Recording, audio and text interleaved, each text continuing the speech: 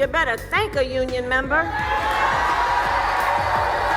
the 5-day work week, you better thank a union member for sick leave. You better thank a union member for paid leave. You better thank a union member for vacation time.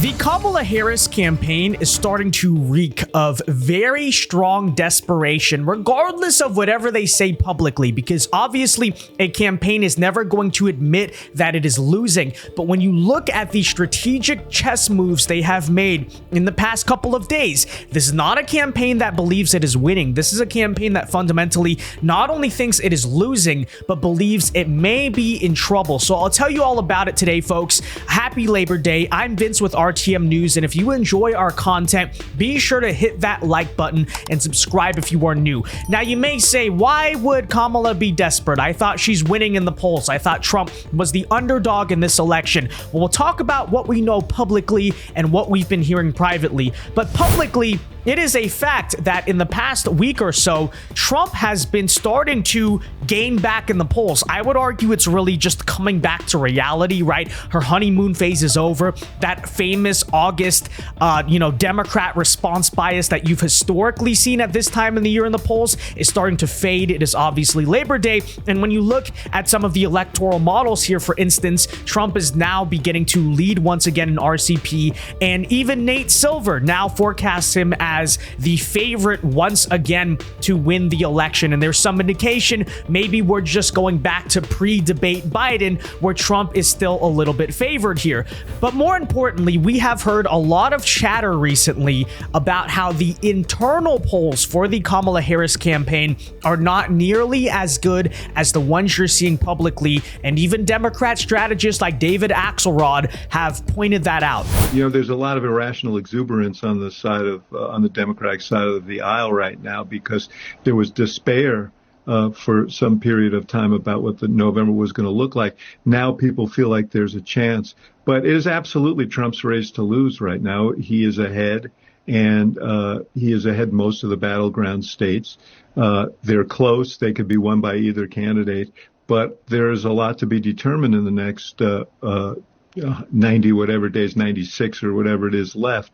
Yeah, I think it's a wide open race, but Trump has the advantage right now. But of course, obviously, you could brush this off as not being true. Like, we don't really know what the Democrat internal polls actually are, so you could just be reading too much into it. But the big reason I say Kamala Harris's campaign is obviously desperate is not because of speculation. It is simply by reading and looking at the things that they are doing publicly. And when you look at every strategic move, you realize, despite all of the talk, all of the demoralization campaigns and propaganda about how Donald Trump is in such big trouble, publicly, you're not really seeing that translate. For instance, today we saw a very obviously coordinated online attack campaign out of nowhere. Even AOC was participating in this. One day, all the Democrats start tweeting about the Green Party and how bad the Green Party is. Now, again, why exactly does it seem like they're doing this? Because they know they are in trouble, right? They are very worried at this point. The small sliver that the Green Party takes away from the Democrats, they're starting to freak out about that. And you saw this all over the internet. And again, that is not the sign of a strong campaign. That is the sign of a campaign that believes it is in trouble. It is spiraling a little bit. And they're like, hey, we need to shut down the Green Party. We need to stop all the third parties because they are rapidly damaging us. But also publicly at Kamala Harris's campaign rally at a union event today, it seems she has developed yet another fake accent. Take a listen. You better thank a union member. For the 5-day work week, you better thank a union member for sick leave. You better thank a union member for paid leave. You better thank a union member for vacation time.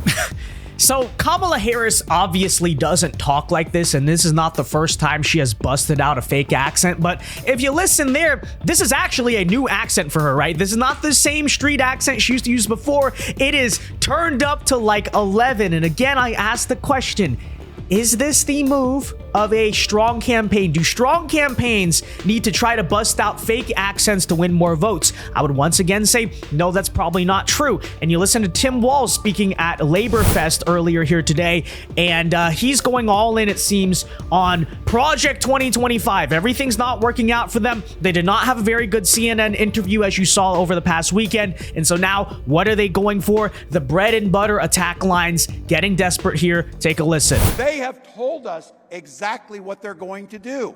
The goals in Project 2025 are clear.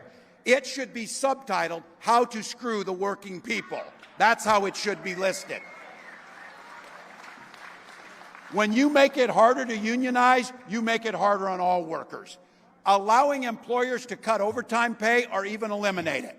Look, Project 2025 is even going after the 40-hour work week. Let's all be very clear. It's the folks standing here and those whose shoulders we stand on gave us the 40-hour work week and the weekend. So thank you, Labor.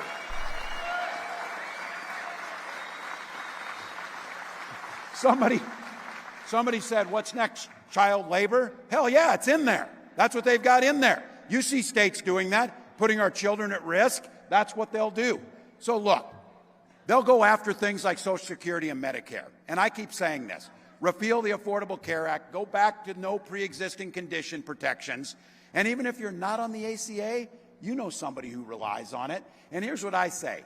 They don't think a damn about Social Security because I guess if you've got $1 billion, you don't care if your Social Security check shows up. By the way, just going to point out here, what happened to the big crowd sizes? I thought Kamala Harris was packing arenas. Again, where did that go? Where did all that energy and enthusiasm go, huh? But fundamentally, notice that this is what they are resorting to. Project 2025, which has nothing to do with Trump and never was his agenda, but that's the only thing they can attack. And then they go on this rant about Social Security, despite the fact that as a Republican, Trump has been very clear to the disagreement of some other Republicans throughout the years, he would not touch Social Security. But once again, when you are a fundamentally desperate campaign, this is what you have to do. You have to try to rig the rules of the debate, which ABC luckily denied them this week. They just keep trying to do this stuff. Yesterday, we talked about how Tim Walz was literally running away from questions for reporters. And it seems now that Kamala Harris is wearing earbuds in public, so she does not have to answer those questions. I'm not even making this up. This was today. Check it out.